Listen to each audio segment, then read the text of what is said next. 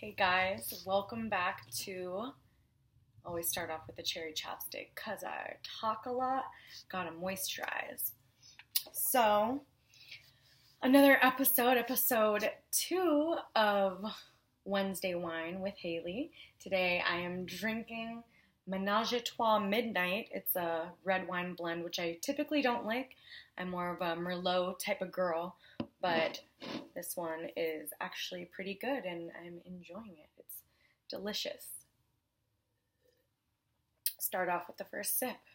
So much is going on, but as I said last week, I'm going to start off by reading some of my favorite quotes and just quotes that I save. I have hundreds in my phone, but these are just some of the ones that I've recently saved and that I really like, and they make me happy. So, and we'll just go from there and see what stories come up.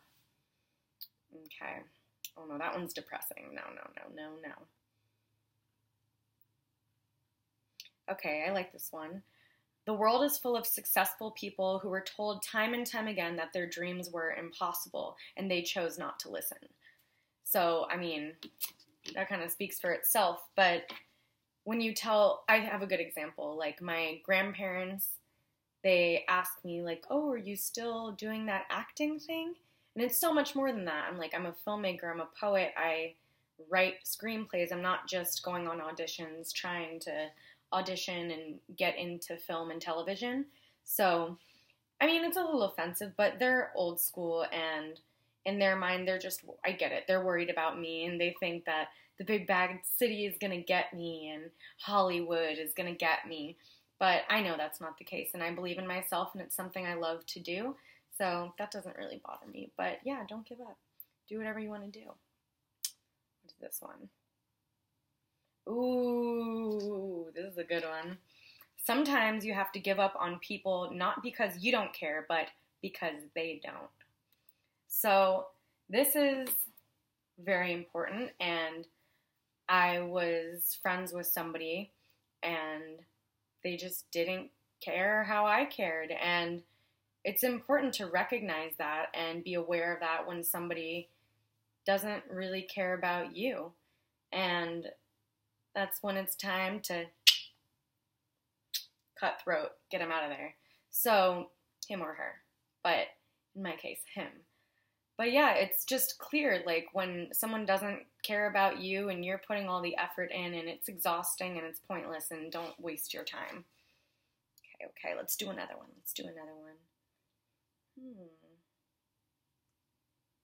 Oh, I love this one. Okay, there's people in your life that no matter how long you've been apart, when you meet up, you snap right back to where you left off. Those relationships are special. I have friends like this that...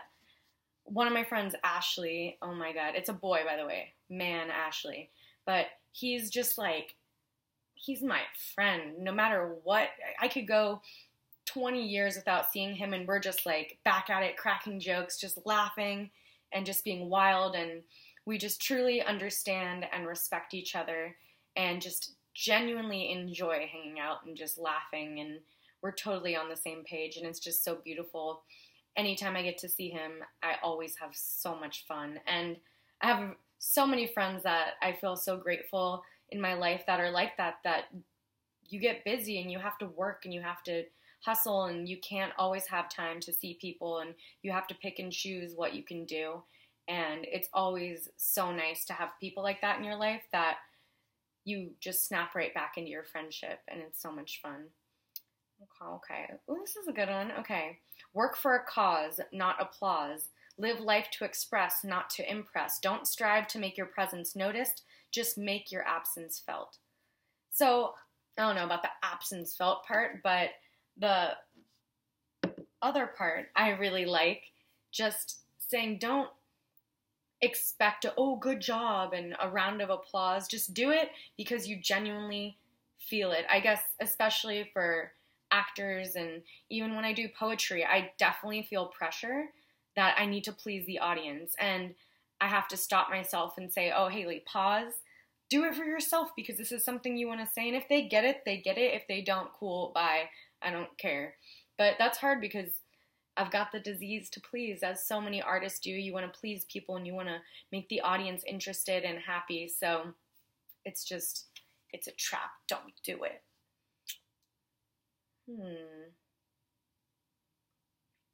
Okay, this is good. When someone shows you who they are, believe them.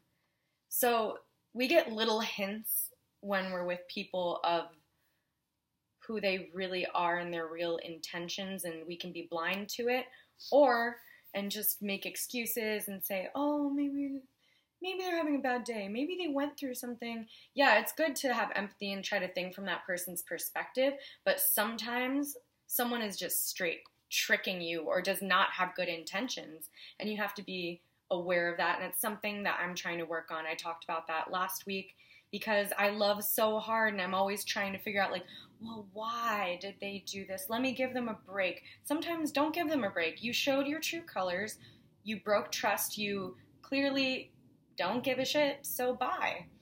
But I know, it's easier said than done, especially when you've had some wine. I'm like, cutthroat, cut them all out. But it's harder when it's real people in your life who you love and have a connection and past with and memories. So I totally get it. It's not as easy as it sounds. Okay. Continue. I actually put a twist on this quote in my poem called Alexander the Great, and it's on YouTube. You could go click on the side right here and check it out. But it says, how strange it is that after all that, we're strangers again. But I put a twist on it saying, how strange that after all of that, you could still look at me and say that we're strangers. But it is bizarre when you become so close with a person, a friend, a lover, ex-boyfriend, whatever, in your life, and then something occurs that you guys decide to part ways, but all of these things have happened, and it's a really weird feeling to be around that person or see them, and all of a sudden feel like somebody you were so close with is now just a stranger. It's a really bizarre feeling, and that quote just reminded me of it, and I felt that a few times in my life, but yeah, it's still always shocking. My ex-boyfriend, just even seeing him now, like, we've been apart for so many years, but even seeing him now, it's just weird. I feel like, meeting him again, it's really a bizarre feeling, but I have nothing but respect for him. It's just a odd feeling to think back on all the years and time we spent together, secrets we told each other, and then just be like, I kind of know nothing about you anymore, and you kind of know nothing about me. And it's weird to grow like that in different directions, but it's natural. It's part of life. And if anyone notices, I'm super red right now. I don't know why. I hope I'm not, like, allergic to this red wine because I'm so, like, hot, and it's not hot. Like, it's really cold tonight, so I'm like, why? And I'm getting, like, red on my neck. Okay. I don't know about this wine. It's delicious, though. Okay. Ooh, this is a good one, too. Everybody is a genius, but if you judge a fish by its ability to climb a tree, it will never live its whole life. Oh, I'm sorry. Excuse me. Everybody is a genius, but if you judge a fish by its ability to climb a tree, it will live its whole life believing that is stupid. So I am not, like, a mathematician, or I liked chemistry in school, but I'm not a scientist. That's not who I am. But if you're purely to judge people on something that's not their talent and that's not their path, of course they're gonna think they're stupid. Or I think the education system is just so backwards and messed up, and there needs to be programs for kids who are artists. Luckily, my parents put me in performing arts school, so I got exposed to, like, dance and drama and art classes and things like that. But there's lots of schools or parents don't know where to put their kids in these programs. If they notice, my kid's an artist, my kid loves to dance and sing and paint and play guitar or play piano, or, like, they like to rap or write beats, but you gotta take English, math, and science, and then the kid is just either gonna get into trouble because they're bored or they feel stupid, which they're not. It's just not their subject that they excel in. So I definitely think the education system is all messed up, but yeah, drink some wine for that. These kids. Let's do this for these babies. Okay, let's see. I like this. No, that's too bleak and dark. Oh, this is cute. Okay, I'm like sick of this sadness.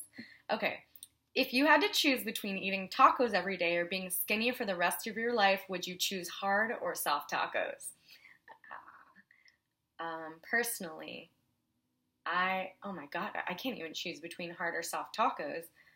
I like hard tacos. I like that crunchy tortilla shell. That's nice. It's a nice contrast. Okay, let's see. Ooh, my friend Eric Anthony, shout out to Eric Anthony. This guy is a genius, one of my best friends. He invented an app called Line Checker. It's free on the App Store. Go download it. Androids, Apple phones, everything, iPhone. I call it an Apple phone? What the hell is an Apple phone? An iPhone, or you can go download it for free. And what it does is before you go anywhere, like if you're going out to a bar or a club or a restaurant, you can check beforehand on Line Checker to see how big the line is. And it uses crowdsourcing to tell you approximately how many people are in line, which is great. And go check it out. Shout out Eric Anthony, genius. And so he told me this quote and I really liked it. And so I saved it in my phone. And it says, "A lot of people will show up at the finish line, but where were they during the race?" Ooh, uh-oh. But, I mean, I've seen this happen so many times to people that they have success and then out of the woodwork come these people who like, "I went to high school with you. Like, we should grab a drink or we should hang out." And you're like, you never spoke to me before. So it's just being aware of that and trying to just see who's here to use me and who really is my friend. And did you just see I had some sort of success or what you think may be success? And, that brings me to a story. Okay, so I've been dating for the past 4 years, I guess now. And guys, it's a war zone out there. It's a war zone. If you find love, hold on to it. It's not real. But no, it is. It's just hard as hell to find. But, God, I got so sidetracked. Oh, finish line. Oh, okay. Got it. Back on track. So, I met this guy and it was through like, he saw my Instagram and whatever. I have followers, which another quote, here we go. Instagram followers are like, being famous on Instagram is being rich in Monopoly. It's not real. So I truly believe that and stand by that.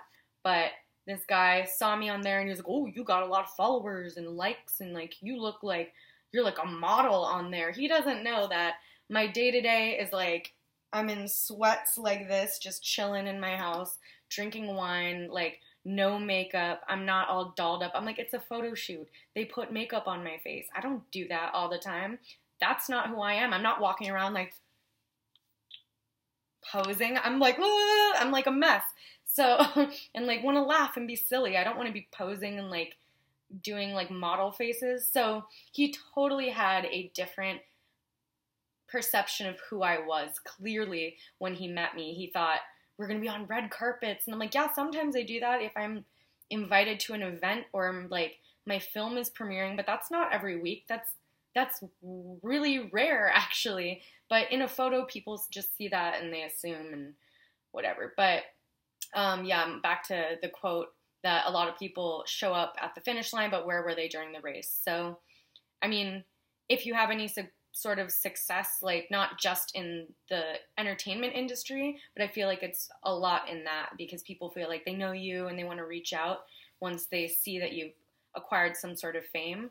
But even people who just, you're a lawyer and you have money and then all of a sudden your family members start asking for money from you. So it's just protecting yourself, and sometimes it's okay. Sometimes people do have good intentions. They're like, "Oh man, good for you," and they are supportive. So it's just being careful who you surround yourself with and making sure they have the right intentions. Okay. Stop feeding people who just want a plate to go. Same story, people in your life who are using you and they just want a plate of food to go, so don't feed them. You get rocks. So, I don't like that one. Okay, this is a Marilyn Monroe quote, and it just reminds me of myself, so I keep it in here. It says, I make mistakes, I'm out of control and hard to handle at times, but if you can't handle me at my worst, then you definitely don't deserve me at my best. So everybody has different sides to their personality. I'm not just always happy and like, but most of the time, I'd say like 90% of the time, I'm good and like fun to be around. But there's times where I don't feel good. My stomach hurts. I have a headache. I worked all day. I need to just take a shower, go to bed. I don't want to talk to you. I don't want to talk to anybody. Or you're sick. You're just like, ugh. I don't want to be nice, and that's only natural, but people who stick by you when you're not feeling your best and just try to make you feel better, those are the true friends and people in your life that you need to keep around, and anyone else who doesn't stick around when it gets tough, they're just taking a plate to go, stop feeding them. I like this. The first to apologize is the bravest. The first to forgive is the strongest. The first to forget is the happiest. So I really relate to this. I feel like I apologize first way too much. And I make it a point, just because I feel like it's unhealthy, I always try to forgive people, even people who've literally tried to kill me. So I have just really thought about like, well, why did this situation happen? Try to think from their perspective, and forgiving people, it's like a muscle that you have to flex and use, and you get better at it and try to understand. But forgetting is the hard part for me. I can apologize, I can forgive, but forgetting is where I sit there, and I am a night owl mainly because I just can't stop thinking. I'm writing, I'm watching movies and sitting here, I'm doing so much, and I can't get my mind to settle down at night. And I actually met a cool guy the other day at the Poetry Lounge, and he was talking to me about, what's it called? Meditation, which I can't. I mean, I'm sure I could if I practiced, but just calming your mind and being still and present and okay is difficult for me. I like to think like, well, what if that happened? Let me think in the past. Let me think 10 steps in the future. Let me go over my whole day over and over and over again. And let me think about that whole trip over and over and like everything we said and everything we did. And it's an unhealthy habit. And I feel like I want to have more control over thinking that way, because it can get unhealthy if you dwell on experiences and situations for too long. Okay, this is my favorite. I'm going to end it with this quote, and I've had it in my phone, different phones I got, my iCloud, all my photos got deleted, and I still put this on my new phone, and it says, an ancient Chinese proverb says, an invisible red thread connects those destined to meet. Despite the time, the place, and despite the circumstances, the thread can be tightened or tangled, but will never be broken. So I truly believe this, that I guess I'm saying, like, I'm not sure I believe in destiny, like it says people are destined to meet, but I do believe people come into your life for a reason. I guess that is destiny, but I guess that's not exactly what it means to me. It's just once you've met someone, that connection is never going to be gone. You can never speak to them again. You can meet somebody one time. That connection, that red thread between you is never broken. It can tangle, it can loosen, you can get further away, you can become closer together, but it's never broken. It's always there, no matter what. And I just thought that was a really beautiful saying, because I've had people who've been out of my life for years, and then we come back together, and there's some connections that you think are broken, but it's just tangled. It's never broken, and it's tangled, and it can be untangled at any time if both people are willing to untangle it.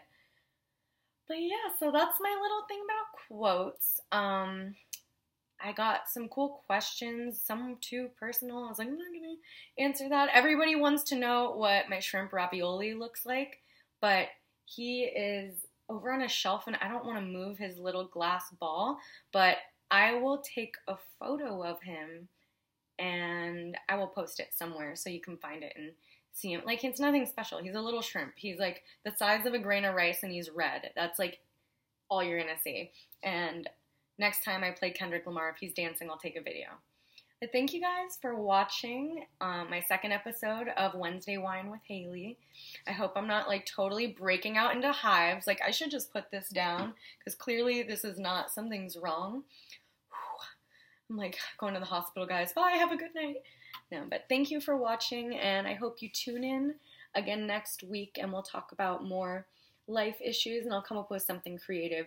And on the 27th, which is the Wednesday, I'm going to have some special guest that I'm going to drink wine with, and it's a surprise. But I hope you all have a great weekend and great night and a rest of your week.